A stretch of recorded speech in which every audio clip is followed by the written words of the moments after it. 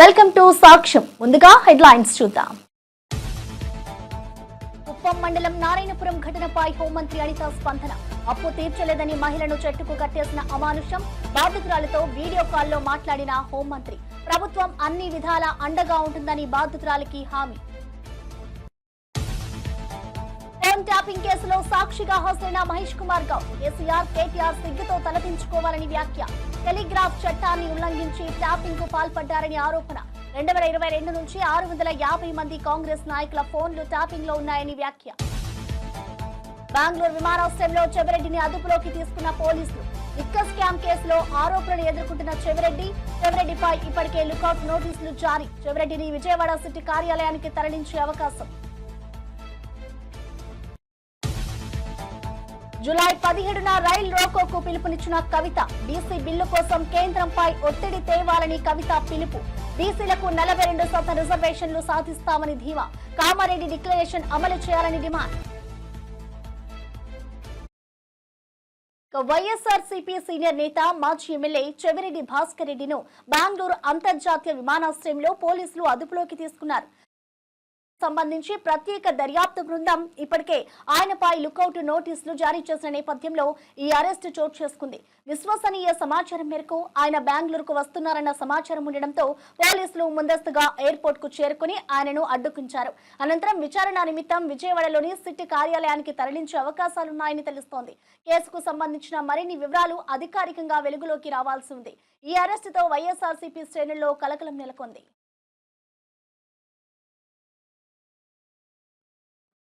తెలంగాణ జాగృతి అధ్యక్షురాలు BRS MLC Kalvakuntla Kavitha బీసీల రిజర్వేషన్లపై ముక్త కంఠంతో మాట్లాడారు.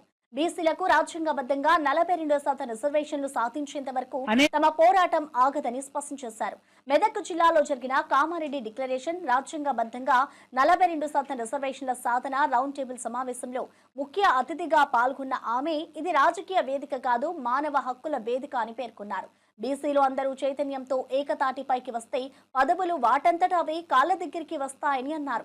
ఎన్నికల సమయంలో రాహుల్ గాంధీ కామారెడ్డిలో ప్రకటించిన డిక్లరేషన్ ను సాధించే దిశగా ఇది ఉద్యమంగా మారాలని పిలుపునిచ్చారు. బీసీ హక్కులను కాపాడే ఈ పోరాటానికి యువత నుంచి పెద్దల దాకా అందరూ కలిసి రావాలని ఆమె అభిప్రాయపడ్డారు. అందరికీ తెలిసిందే, గత 2 సంవత్సరాల కాలంగా బీసీ బిల్లు ప్రవేశపెట్టాలి. కామారెడ్డి డిక్లరేషన్ లో కాంగ్రెస్ ప్రభుత్వం ఏదైతే బీసీలకు 42% రిజర్వేషన్ ఇస్తామని చెప్పిందో అది సాధించుకునే వరకు వదిలిపెట్టమని చెప్పి మరి గత 2 సంవత్సరాలుగా నిరంతరం కూడా ఇక్కడ ఉన్నటువంటి సభ్యులందరం కూడా కృషి చేస్తున్న విషయం మీ అందరికీ తెలిసిందే. ఇప్పటి వరకు యూపీఎఫ్ కన్వీనర్ గారు బొల్ల శివశంకర్ గారు మాట్లాడి విస్తారంగా మొత్తం ఇప్పుడున్నటువంటి రిజర్వేషన్ అంశాన్ని కూడా వారు వివరించడం జరిగింది. ఒకటే ఒక మార్పు మనందరం కూడా కోరుకునేది, రేపటి నాడు బీసీలకు 42% రిజర్వేషన్ సాధించుకుంటాం, అందులో ఏం అనుమానం లేదు. సాధించుకునేటప్పటికీ బీసీలలో ఉన్నటువంటి ప్రతి ఒక్క కులం వారు కూడా మరి వారి హక్కులు వారికి తెలిసి ఉండాలి. బీసీలలో ఉండేటటువంటి ప్రతి ఒక్క కులానికి సంబంధించిన వారు, ప్రతి ఒక్క జిల్లాలో ఉన్నటువంటి వారు చైతన్యం తెచ్చుకోవాలి. ఇంకా అనేకమైన కులాలు ఉన్నాయి. వార్డు మెంబర్ కూడా రానటువంటి కులాలు బీసీలలో చాలా మంది ఉన్నారు. సర్పంచులు కానటువంటి వారు బీసీలలో ఉన్న అనేకమైన కులాల వారు ఉన్నారు. ఇక ఎమ్మెల్యేలు కానటువంటి వాళ్ళైతే ఇంకా చాలా కులాలు ఉన్నాయి. పెద్ద కులాలైనా ఎమ్మెల్యేలు కూడా కానటువంటి వాళ్ళు, అసెంబ్లీ గడపనెక్కనటువంటి వాళ్ళు అనేక మంది బీసీ కులాల వాళ్ళు ఉన్నారు. మళ్ళీ అంతేకాదు బీసీలలో మహిళలు మరీ దారుణమైన పరిస్థితి. మరి ఎవరి మహిళలైనా దారుణంగా. రైతు సంక్షేమంపై కాంగ్రెస్ ప్రభుత్వం మాయమాటలు చెబుతోందని మాజీ ఎమ్మెల్యే పెద్ది సుదర్శన్ రెడ్డి విమర్శించారు. నాడు కేసీఆర్ నాట్లకు మధ్య రైతు బంధు ఇచ్చినట్లే ఇప్పుడు సీఎం రేవంత్ రెడ్డి ఓట్లకు మధ్య రైతు భరోసా ఇస్తున్నారని ఎద్దేవా చేశారు. ఎకరాకు 25,000 రైతు భరోసా బకాయిలు పూర్తిగా చెల్లించే వరకు స్థానిక సంస్థల ఎన్నికల్లో కాంగ్రెస్ నేతలను ఊర్లోకి అడుగు పెట్టనివ్వొద్దని రైతులను ఉద్ఘాటించారు. రైతులు మోసపోకుండా కాంగ్రెస్ కూటమి హామీలను గుర్తించుకొని జాగ్రత్త పడాలని హెచ్చరించారు. రైతు సంక్షేమాన్ని ఓట్ల కోసం వాడుకోవడమే కాకుండా గడిచిన ఏడాది నుంచి సరైన నిధులు కూడా విడుదల చేయలేదని మండిపడ్డారు. రైతులకు న్యాయం జరిగే వరకు తమ పోరాటం ఆగదని స్పష్టం చేశారు. అంటే వారు మాట్లాడినటువంటి మాటకి జరిగేటువంటి పనికి ఏమాత్రం పొంతన లేదు. ముఖ్యంగా మిత్రులారా, మీ ద్వారా మేము డిమాండ్ చేస్తా ఉన్నాం. ఖచ్చితంగా 25,000 రూపాయలు ప్రతి ఎకరాకు బాకీ ఉన్నాడు రేవంత్ రెడ్డి. కాంగ్రెస్ పార్టీ స్థానిక సంస్థల ఎన్నికల స్టంట్లో భాగంగా ఇవాళ రైతు భరోసా అని చెప్పి తెరలేపిల్లు. రైతులందరూ కూడా ఇది స్పష్టంగా అర్థమైంది, అర్థం చేసుకోవాలని చెప్పి కూడా మేము విజ్ఞప్తి చేస్తా ఉన్నాం. ముఖ్యంగా ఎకరాకి 25,000 రూపాయలు ఊళ్ళో కాంగ్రెస్ పార్టీ స్థానిక సంస్థల్లో ఎన్నికల్లో పోటీ చేసేటోడు ఎకరాకి 25,000 రూపాయలు ఇచ్చేదాకా వాళ్ళ ప్రభుత్వం నుంచి రైతు ఖాతాలో పడేదాకా వాళ్ళను ఊళ్ళకు రానివద్దని, పొలిమేరలనే వాళ్ళని తిరిగి తిప్పి పంపాలని చెప్పి మేము ముఖ్యంగా రైతులకు విజ్ఞప్తి చేయడం జరుగుతూ ఉన్నది. ఇటీవల కాలంలో మా నాయకుల మీద, కేసీఆర్ గారి మీద, కేటీఆర్ గారి మీద, హరీష్ రావు గారి మీద రేవంత్ రెడ్డి యొక్క ప్రవర్తన ఎట్లుందంటే ఒక సైకోను మరిపించే విధంగా ఉన్నది. ఆయన ఒక సైకో పాలన చేస్తా ఉన్నాడు. అతను పాలన మొత్తం ప్రభుత్వ ఫోకస్ అంతా కూడా మా పార్టీని ఎట్లా బదనం చేయాలి, ఎట్లా తప్పుడు కేసులు పెట్టాలి, ఎట్లా దుష్ప్రచారం చేయాలి, ఎట్లా రోజు బ్యాన్ ఐటమ్ కవరేజ్ తీసుకోవాలనేటువంటి తప్ప ఎక్కడ కూడా ప్రజల యొక్క సమస్యల మీద దృష్టి లేదు. ఇలా గ్రామాలన్నీ వల్లకాడైపోయినాయి. ఏ ముఖం పెట్టుకొని కాంగ్రెస్ పార్టీ మంత్రులు, ఎమ్మెల్యేలు గ్రామాల్లో పర్యటిస్తారు? ఏ ముఖం పెట్టుకొని వాళ్ళు స్థానిక సంస్థల ఎన్నికల్లో పోయి ఓట్లు అడుగుతారు? ఏ ఒక్క హామీ నెరవేర్చిల్లని చెప్పి రేవంత్ రెడ్డి ఏ ముఖం పెట్టుకొని ఇలా గ్రామాల్లో వాళ్ళ స్థానిక సంస్థల వాళ్ళ అభ్యర్థులను గెలిపించాలని చెప్పి ఏ ముఖం పెట్టుకొని కాంగ్రెస్ పార్టీ? పోలవరం బనకచెర్ల అనుసంధాన ప్రాజెక్ట్ ఎగువ రాష్ట్రాలకు ఎలాంటి ముప్పు తలపెట్టదని జలవనరుల శాఖ మంత్రి నిమ్మల రామానాయుడు స్పష్టం చేశారు. ఈ ప్రాజెక్టును లేనిపోని ఆరోపణలతో రాజకీయంగా దూషించేందుకు కొంతమంది తెలంగాణ నేతలు ప్రయత్నిస్తున్నారని విమర్శించారు. ప్రజలను గందరగోళానికి గురి చేయాలని కుట్రపూరితంగా ఆరోపణలు చేస్తున్నారని మండిపడ్డారు. ప్రాజెక్టు వివరాలు, వాస్తవాలను పవర్ పాయింట్ ప్రెజెంటేషన్ ద్వారా వివరించిన నిమ్మల రామానాయుడు ఈ ప్రాజెక్టు నిర్మాణం పూర్తిగా నిబంధనలకు అనుగుణంగా జరుగుతోందన్నారు. నీటి వనరుల వినియోగంలో పారదర్శకంగా వ్యవహరిస్తున్నామని తెలిపారు. రెండు రాష్ట్రాల మైత్రి దృక్పథాన్ని దెబ్బతీసే విధంగా అసత్య ప్రచారాలు అవసరం లేదని హెచ్చరించారు. ప్రజల శ్రేయస్సు దృష్ట్యా తీసుకుంటున్న చర్యలను రాజకీయ రంగంలోకి లాగరాదని స్పష్టం చేశారు. రైల్వే ట్యాంకర్ల ద్వారా విజయవాడ నుంచి అనంతపురం పంపించాం దాహార్తిని తీర్చడానికి. అంటే ఎటువంటి దుర్భరమైనటువంటి, ఎటువంటి దుర్భిక్షమైనటువంటి పరిస్థితులు రాయలసీమకు ఉన్నాయో ఆ 2015లో జరిగినటువంటి సంఘటనే మనందరికీ కూడా ఉదాహరణ అని చెప్పి తెలియజేసుకుంటూ, అటువంటి కరువు ప్రాంతం, ఫ్లోరైడ్ బాధితులు ఉన్నటువంటి ప్రాంతమైనటువంటి రాయలసీమకి ఈ ప్రాజెక్టు ద్వారా త్రాగునీరు, సాగునీరు అందుతుందనే విషయాన్ని దయవుంచి మరి ప్రజలందరూ కూడా గమనించాలని చెప్పేసి కూడా మీ ద్వారా కూడా తెలియజేసుకుంటూ, మరి ఇటువంటి ప్రాజెక్ట్ ఇది ఏదైతే ఉందో మరి ఈ యొక్క తెలంగాణ రాష్ట్రంలో ఉన్నటువంటి కొంతమంది రాజకీయ నాయకులు మరి ఆరోపిస్తున్నటువంటి పరిస్థితి ఏదైతే ఈ యొక్క పోలవరం బనకచర్లకు సంబంధించి మరి ఈ యొక్క గోదావరి, కృష్ణ బోర్డులు కానీ, అదేవిధంగా మరి ఏదైతే ఈ యొక్క అపెక్స్ కౌన్సిల్ అనుమతి కూడా లేదు, నియంత్రించవలసినటువంటి కేంద్ర ప్రభుత్వం నిబంధనలను ఉల్లంఘిస్తుందని వాళ్ళు ఆరోపిస్తున్నటువంటి పరిస్థితి. మరి ఈరోజు ఉభయ తెలుగు రాష్ట్ర ప్రజలు కూడా ఆలోచించాలి. ఎందుకంటే తెలుగు జాతి అంతా ఒక్కటే. ఏదైతే ఈ యొక్క నిబంధనలు అనేవి మరి ఆంధ్ర ప్రాజెక్టులకు తప్ప తెలంగాణ ప్రాజెక్టులకు వర్తించవా? ఎందుకంటే ఇప్పుడు ఆ రాష్ట్రంలో అయినా ఈ రాష్ట్రంలో అయినా ఉన్నది అందరం కూడా ఒక్కళ్ళమే, అన్నదమ్ములమే అందరం కూడా. మరి ఆ నిబంధనలు అనేవి ఒక్క ఆంధ్రాకే వర్తిస్తాయా? పల్నాడు జిల్లా రెంటపాలెంలో జరగనున్న వైఎస్ఆర్ కాంగ్రెస్ పార్టీ అధ్యక్షుడు జగన్మోహన్ రెడ్డి పర్యటనకు పోలీసులు అనుమతి నిరాకరించారు. పర్యటనకు సంబంధించి పూర్తి సమాచారం ఇవ్వకపోవడంతోనే అనుమతి ఇవ్వలేదని జిల్లా ఎస్పీ కంచె శ్రీనివాసరావు స్పష్టం చేశారు. విగ్రహావిష్కరణ కార్యక్రమానికి జగన్ వస్తారని, పెద్ద సంఖ్యలో కార్యకర్తలు వస్తారని మాత్రమే పేర్కొన్నట్లుగా తెలిపారు. అయితే ట్రాఫిక్ నియంత్రణ, భద్రతా చర్యలపై స్పష్టత లేదని ఎస్పీ పేర్కొన్నారు. రెంటపాళ్ల వంటి ఇరుకైన ప్రాంతాల్లో భారీ జన సమావేశం వల్ల అవాంఛనీయ పరిస్థితులు ఏర్పడే అవకాశం ఉందన్న ఆందోళనతో ఈ నిర్ణయం తీసుకున్నట్టుగా తెలిపారు. ఇక పూర్తి సమాచారం, భద్రతా ప్రణాళిక సమర్పిస్తే అనుమతి అంశాన్ని మరోసారి పరిశీలిస్తామని తెలిపారు. ఈ నిర్ణయంతో జగన్ పర్యటనపై అనిశ్చితి నెలకొంది. వైసీపీ శ్రేణుల్లో తీవ్ర అసంతృప్తి వ్యక్తమవుతోంది. 18వ తారీఖున గౌరవ ఎక్సీఎం గారు రెంటపాలెం విలేజ్ సత్తెనపల్లి రూరల్ మండలికి కొర్లకుంట నాగమల్లేశ్వరరావు గారి విగ్రహావిష్కరణకు రావడం జరుగుతుందని చెప్పి సత్తెనపల్లి నియోజకవర్గ వైఎస్ఆర్సీపీ నియోజకవర్గ ఇన్ఛార్జ్ అయినటువంటి గజ్జల సుధీర్ భార్గవరెడ్డి గారు మాకు ఒక పిటిషన్ ఇవ్వడం జరిగింది. హ్యూజ్ క్రౌడ్ వస్తారని చెప్పి మెన్షన్ చేయడం జరిగింది. ఎంతమంది రావడానికి ఆస్కారం ఉంది, అక్కడ ఏ విధమైనటువంటి క్రౌడ్ ప్లానింగ్ చేస్తున్నారు, ఎన్ని వెహికల్స్ వచ్చే అవకాశం ఉంది, ఇటువంటి డీటెయిల్స్ అన్నీ కూడా అడగడం జరిగింది. వాటికి సంబంధించి ఇప్పటికి ఇంకా మాకు ఎటువంటి సమాచారం అందించడం లేదు. సో అంతమంది క్రౌడ్ వస్తే ఈ ప్రోగ్రామ్ని ఆర్గనైజ్ చేయడం చాలా ఇబ్బందితో కూడుకున్నది. అలాగే ల్యాండ్ ఆర్డర్ ఇష్యూస్ వచ్చే అవకాశం కూడా ఉందని భావించడం జరిగింది. దీనివల్ల వాళ్ళ రిక్వెస్ట్ని కన్సిడర్ చేయలేకపోతున్నాము. కాన్వాయ్తో పాటుగా సెక్యూరిటీ కాన్వాయ్తో పాటుగా మరొక 3 వెహికల్స్ని ఒక 100 మందిని అలౌ చేయడానికి మాకు ఎటువంటి అభ్యంతరం లేదు. ఫోన్ టాపింగ్ కేసులో టీపీసీసీ అధ్యక్షుడు మహేష్ కుమార్ గౌడ్ మంగళవారం విచారణకు హాజరయ్యారు. అనంతరం మీడియాతో మాట్లాడుతూ గత బీఆర్ఎస్ ప్రభుత్వం తమ ఫోన్లను ట్యాప్ చేసిందనే అనుమానంతో అప్పటి సీఎస్ కు ఫిర్యాదు చేశామని వెల్లడించారు.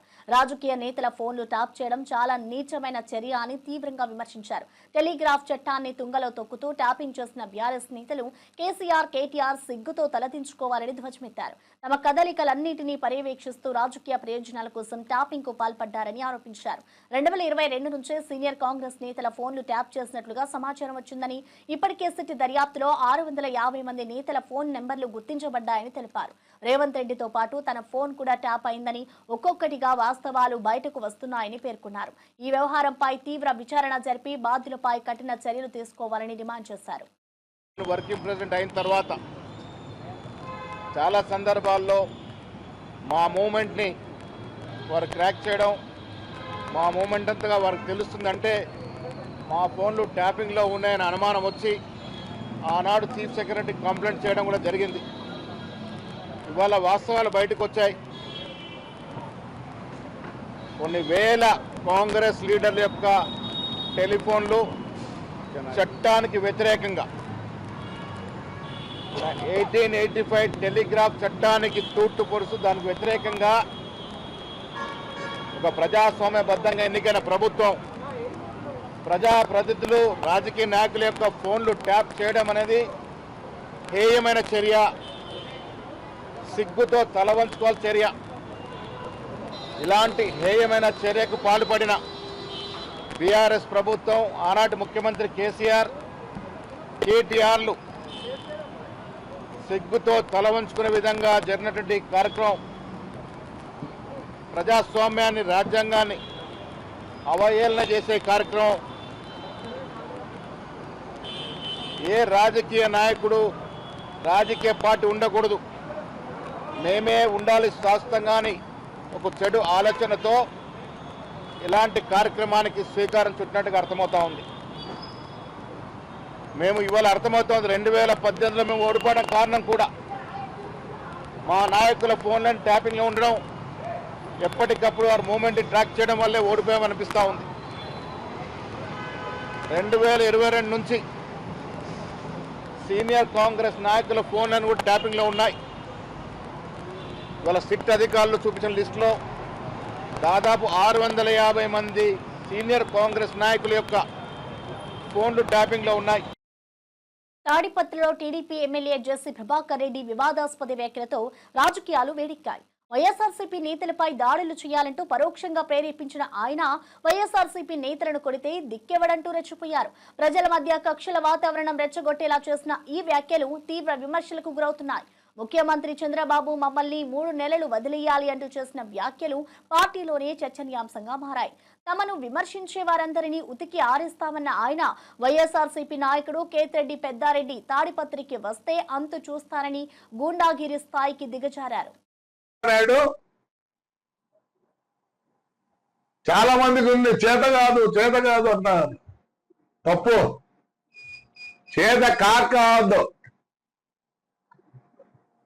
ఎవరు ఏమన్నా ఈ ఆంధ్రప్రదేశ్ దినదన అభివృద్ధి కావాలనే కాంక్షతో ఎంగిలి మూసిన ఇష్టమైనట్టు మాట్లాడినా కూడా ఆయన చెల్లించడంలే. కానీ మా కార్యకర్తలు ఒకటే అనుకుంటున్నారు, చేదగాని తనం అన్న కాదు. నేను ఓపెన్ గా మాట్లాడతా. అవతల ఎవరికి బాధ అయినా నాకు పర్వాలేదు. నేను ఉన్న విషయం మాట్లాడాలనుకున్నా. లేకపోతే ఆయన మంచోడు కాకపోతే మమ్మల్ని 3 ఏళ్ళు రానిచ్చినారా? ఎందునా మాట్లాడతారు? బుర్రండి మాట్లాడుతున్నారా? ఏదో మాట్లాడాలని మాట్లాడుతున్నారా? ఆ లోకేష్ బాబు యాత్ర పెడితే ఆ నుంచి లాస్ట్ మైకులు లాక్కున్నారా మీరు? మీరు పుణ్యాత్ములు రా, మీరు పుణ్యాత్ములు. చంద్రబాబు పోలీసుల వేధింపులు తట్టుకోలేక నాగమల్లేశ్వరరావు ఆత్మహత్య చేసుకున్నారని ఆయన కుటుంబానికి పరామర్శించేందుకు వైఎస్ జగన్ రేపు పల్నాడు జిల్లా రెంటపాళ్లకు వస్తారని వైఎస్ఆర్సీపీ నేతలు స్పష్టం చేశారు. మంగళవారం నర్సరావుపేటలో జిల్లా ఎస్పీని కలిసిన అనంతరం మీడియాతో మాట్లాడిన వారు జగన్ పర్యటనకు ఎన్ని అడ్డంకులు పెట్టినా నిష్ఫలమవుతాయని హెచ్చరించారు. జగన్ అంటే జనం, జనం అంటే జగన్. ఆయన వస్తుంటే జనాలు ఆగరు. కానీ కూటమి ప్రభుత్వం పోలీసులతో కలిసి పర్యటనను విఫలం చేయాలని కుట్రలు చేస్తుందని ఆరోపించారు. ఏర్పాటు చేసుకొని దానికోసము దాన్ని జగన్మోహన్ రెడ్డి గారిని ఆ కుటుంబ సభ్యులు కలిసి మరి ఈ నేపథ్యంలో జగన్మోహన్ రెడ్డి గారు రెంటపాలకు వచ్చి ఆ కుటుంబానికి భరోసాగా అండగా ఉంటూ మరి ఆ విగ్రహావిష్కరణ చేయడానికి జగన్మోహన్ రెడ్డి గారు రానున్నారు. ఇప్పుడు ఇక్కడ జరుగుతున్నటువంటి పరిస్థితులు గాని ఇక్కడ ఉన్నటువంటి జిల్లాలో అందరికీ కూడా తెలుసు. ఏవో పర్మిషన్స్ పేరుతో ఇంకేవో అడ్డంకులు సృష్టించి జగన్మోహన్ రెడ్డి గారి కార్యక్రమాన్ని అడ్డుకోవాలని అనేక ఆంక్షలు విధించి వచ్చే పబ్లిక్ ని కన్ఫ్యూజ్ చేయాలని రీసెంట్ టైమ్స్ లో పొదిల్లో జగన్మోహన్ రెడ్డి గారికి చాలా పెద్ద ఎత్తున కూడా ప్రజాదరణ లభించింది. చాలా పెద్ద ఎత్తున కూడా వైఎస్ఆర్ కాంగ్రెస్ పార్టీకి రాష్ట్రంలో మద్దతు దొరుకుతుంది.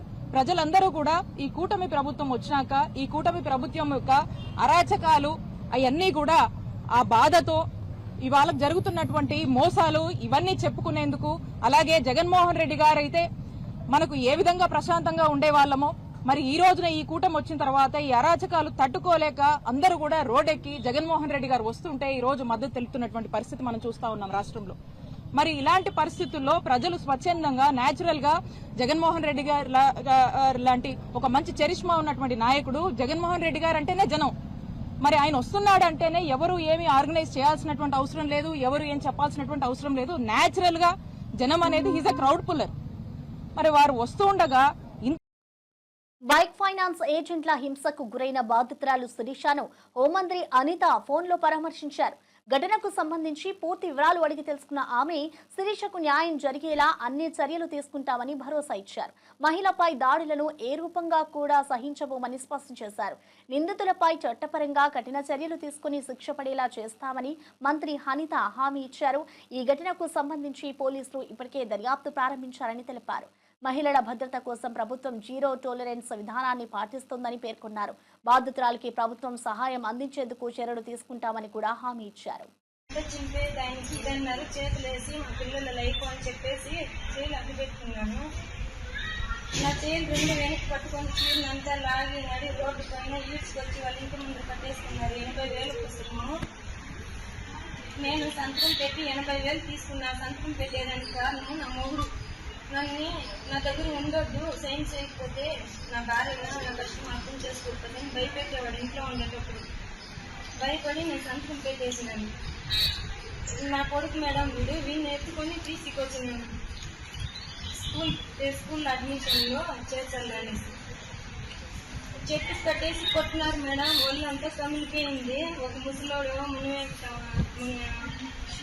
వెంకటలక్ష్మి, మునికెన్నక్క, జగదీశ్వరి, రాజా చాలా దారుణంగా మాట్లాడినాను. కోతులు కట్టుకండి, నేను లేదు, నా పిల్లల కోతులు నేను బతకను, మా తోడు లేదు.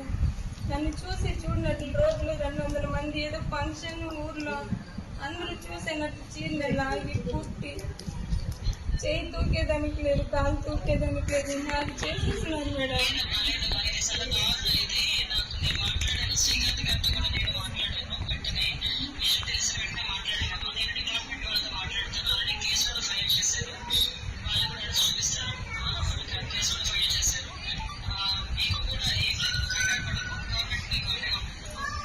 ఊర్లో పోయేట్లే భూమి ఏదైనా ఉంది అంటే అది కూడా పాస్బుక్లు అది ఇది చేసుకుని డబ్బులు పడుతుంది అనే వాళ్ళు భూమి కూడా ఏది లేదు మా పేరు ఉండేదానికి అయ్యింది.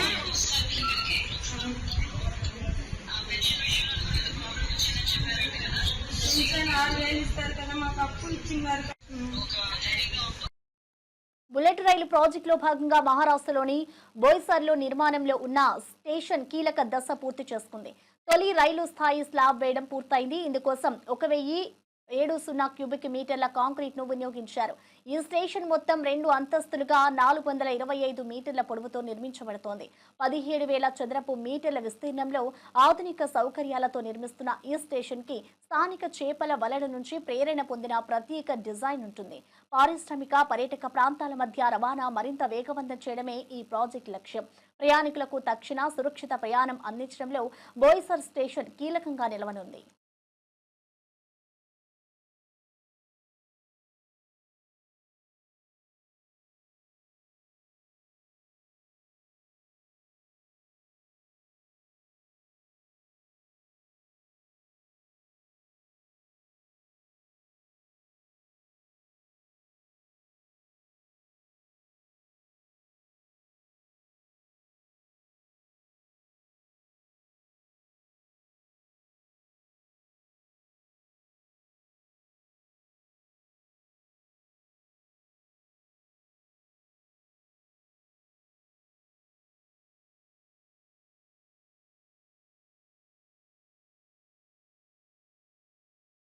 ఆపరేషన్ సింధూర్లో వీరమరణం పొందిన జవాన్ మురళి నాయక్ కుటుంబానికి ప్రభుత్వం ప్రకటించిన పరిహారాన్ని మంత్రి సవిత స్వయంగా అందజేశారు. సత్యసాయి జిల్లా గోరెంట్ల మండలం కల్లితండాకు వెళ్లిన మంత్రి మురళి నాయక్ సమాధికి అంజలి ఘటించి గౌరవం ఇవ్వారు.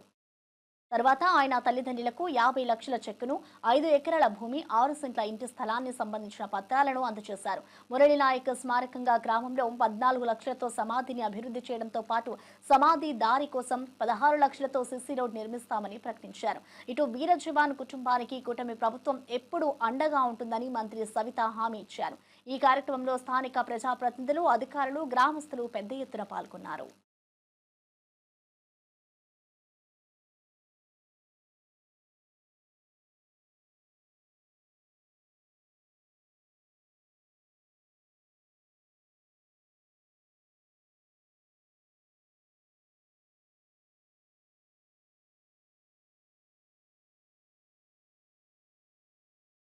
మరి ఆపరేషన్ సింధూర్లో వీర మరణం పొందిన మన వీర జవాన్ మురళి నాయక్ గారి విషయం మనందరికీ తెలుసు. మేమందరం మీ కుటుంబానికి అండగా ఉంటామని చెప్పాం. ఖచ్చితంగా మేము అండగా ఉంటామని కూడా తెలియజేస్తూ ప్రభుత్వం తరఫున 50 లక్షల రూపాయల చెక్కు అందజేశాం. 5 ఎకరాల పొలము, 6 సెంట్లు స్థలము గోరెంట్ల లేఅవుట్ లో అందజేశాం. అదే విధంగా మరి వారు తల్లిదండ్రులు, గ్రామస్తులు అందరూ కోరుకున్నట్లుగానే ఈ ఊరి పేరు కూడా మార్చాలన్నారు. అవి రెవెన్యూ రికార్డ్స్ పద్ధతి ప్రకారం అడుగులు వేస్తున్నాం. అంతేకాకుండా వీర జవాన్ విగ్రహాన్ని కూడా మనం ఏదైతే జిల్లా హెడ్ క్వార్టర్స్ పుట్టపర్తిలో విగ్రహం పెట్టాలనుకుంటున్నాం, దానికి కూడా ఆల్రెడీ విగ్రహాన్ని కూడా తెనాలిలో ఆర్డర్ చేశాం. ఈ వీర జవాన్ మురళీ నాయక్ అందరికీ స్ఫూర్తి. యోగా అభ్యాసాన్ని జీవన శైలిలో భాగం చేసుకోవాలని మంత్రి సంధ్యారాణి పిలుపునిచ్చారు. వెంగళరావు సాగర్ ఏనుగుకొండ వద్ద జరిగిన యోగాంధ్ర కార్యక్రమంలో ఆమె పాల్గొన్నారు. జిల్లా అధికారులు, స్థానిక ప్రజాప్రతినిధులతో కలిసి సామూహిక యోగాసనాల్లో పాల్గొన్నారు. యోగా అభ్యాసం వల్ల శారీరక, మానసిక శాంతి లభిస్తుందన్నారు. ప్రతి ఒక్కరూ రోజువారీ జీవితంలో యోగాకు ప్రాధాన్యం ఇవ్వాలని సూచించారు. జూన్ 21న జరగనున్న 11వ అంతర్జాతీయ యోగా దినోత్సవాన్ని భవ్యంగా నిర్వహించేందుకు అధికారులు ఏర్పాట్లు చేయాలని ఆదేశించారు. యువత యోగా వైపు మొగ్గు చూపాల్సిన అవసరం ఉందన్నారు. ఆరోగ్యవంతమైన సమాజ నిర్మాణానికి యోగా ముఖ్య సాధనమని ఆమె స్పష్టం చేశారు.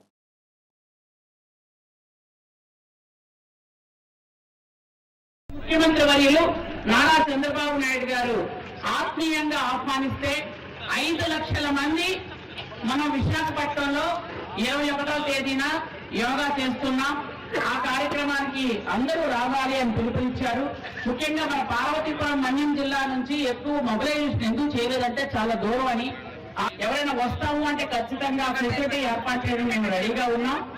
అందరికీ ఒకటే విషయం చెప్తున్నాము, యోగా అనేది మన మానసిక ఒత్తిడి తగ్గించడానికి, ఎన్నో పనుల మీద మనం చాలా ఇబ్బందుల్లో ఉంటాం కాబట్టి ప్రశాంతత కలిగించి అందరూ ప్రశాంతమైన జీవనం గడపడానికి యోగా చాలా ఉపయోగపడుతుంది. ఈ టైంలో పరుగుల జీవితాల్లో ప్రశాంతత కల్పించడానికి కోసమే ఈ యోగాను మనం అందరం అలవాటు చేసుకొని, మీరు ఇక్కడ ఎలా చేస్తున్నారో ఇంటికి వెళ్ళి ముఖ్యంగా పిల్లలకు అలవాటు చేయండి. సత్తెనపల్లి ఎమ్మెల్యే కన్నా లక్ష్మీనారాయణ మాజీ సీఎం జగన్ పై తీవ్రంగా మండిపడ్డారు. సూపర్ 6 హామీలను కూటమి ప్రభుత్వం అమలు చేస్తుంటే చూసి ఓర్చుకోలేక జగన్ ఇప్పుడు డైవర్షన్ పాలిటిక్స్ ను దిగుతున్నారని విమర్శించారు. రౌడీ షీటర్లు, గంజాయి మాఫియా సభ్యులను పరామర్శిస్తూ ఓదార్పు యాత్రలు చేయడమే జగన్ పని అయిందని ఎద్దేవా చేశారు. రెంటపాళ్లలో ఆత్మహత్య చేసుకున్న వైసీపీ కార్యకర్త నాగమల్లేశ్వరరావు విగ్రహావిష్కరణ కోసం జగన్ రేపు వస్తున్నారన్న వార్తలపై కూడా ఆయన తీవ్రంగా స్పందించారు.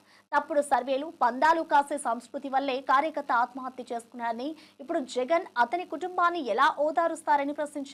జగన్ నాయకత్వం నచ్చక వైసీపీ నుంచి 4 కౌన్సిలర్లు టీడీపీలో చేరారని, వారికి పసుపు కండుగా కప్పి స్వాగతం పలికామని తెలిపారు. ప్రజలు ఇక జగన్ డ్రామాలు తట్టుకోరని, కూటమి పనితీరే వారి ఆశలకు న్యాయం చేస్తుందని స్పష్టం చేశారు. వైఎస్ జగన్మోహన్ రెడ్డి రెంటపాళ్ల గ్రామంలో ఆత్మహత్య చేసుకున్నటువంటి కొర్లకుంట నాగమల్లేశ్వరరావు విగ్రహావిష్కరణకి వస్తున్న సందర్భం ఎలా ఉంది అంటే, మనం సినిమాల్లో చూసేవాళ్ళం, రావు గోపాలరావు రాత్రి చంపి పొద్దున్నే వచ్చి దండేసి సానుభూతి చెప్పినట్లు.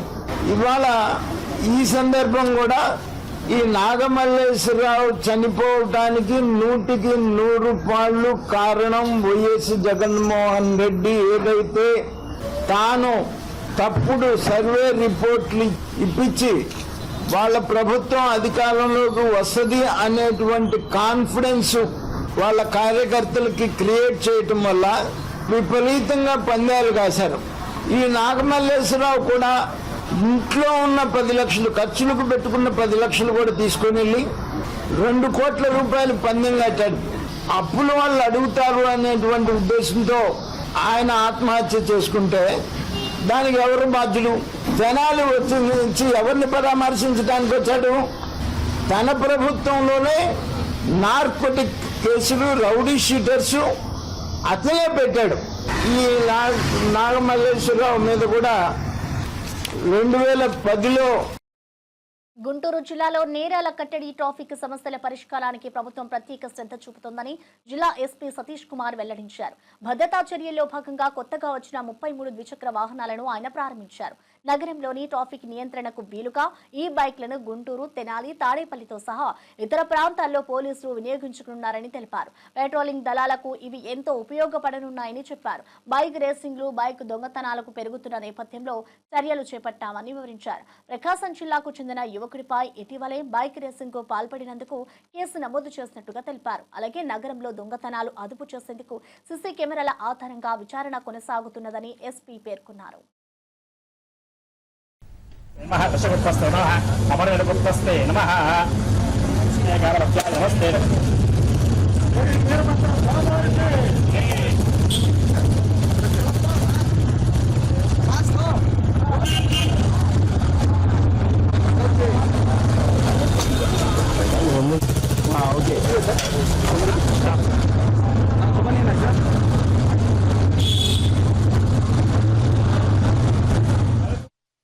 గుంటూరులో చూసామంటే even bike racing, snake driving పైన కూడా కొన్ని రిపోర్ట్స్ వచ్చేస్తున్నాయి. సో అది కాకుండా ఎనీ సీన్ ఆఫ్ అఫెన్స్ కానీ, ట్రాఫిక్ ఇష్యూస్ కానీ వెళ్ళాలంటే కూడా కొంచెం మనకి బైక్స్ అన్ని పాతగా అయిపోవడము, సో ఇమీడియట్ గా వెళ్ళలేకపోవడము, కొన్ని ఫాస్ట్ గా వెళ్ళలేకపోవడం అనేది ఒక సమస్యగా ఉండేది. ఆల్ 33 బైక్స్ ని మనం డిస్ట్రిబ్యూట్ చేయడం జరిగింది. ట్రాఫిక్ ఇంపార్టెన్స్ ని బట్టి 13 బైక్స్ గుంటూరు టౌన్ కి, అదేవిధంగా తుళ్ళూరుకి 5 బైక్స్, అదేవిధంగా తెనాలికి 5 బైక్స్, మంగళగిరికి 3 బైక్స్ అని చెప్పేసి ఈవెన్ పొన్నూరు టౌన్ కూడా ఒక బైక్ ఇవ్వడం జరిగింది. బైక్ రేసింగ్ పైన అశోక్ అని చెప్పేసి ఒక పర్సన్ ని కూడా మనం పికప్ చేయడం జరిగింది. వాళ్ళ పైన పెట్టి కేసు కూడా పెట్టడం జరిగింది. కమింగ్ డేస్ లో with better supply of vehicles ఇంకా కొన్ని బెటర్ పర్ఫార్మెన్స్ చేస్తాం. ఇవి న్యూస్ అప్డేట్స్ చూస్తూనే ఉండండి సాక్ష్యం న్యూస్.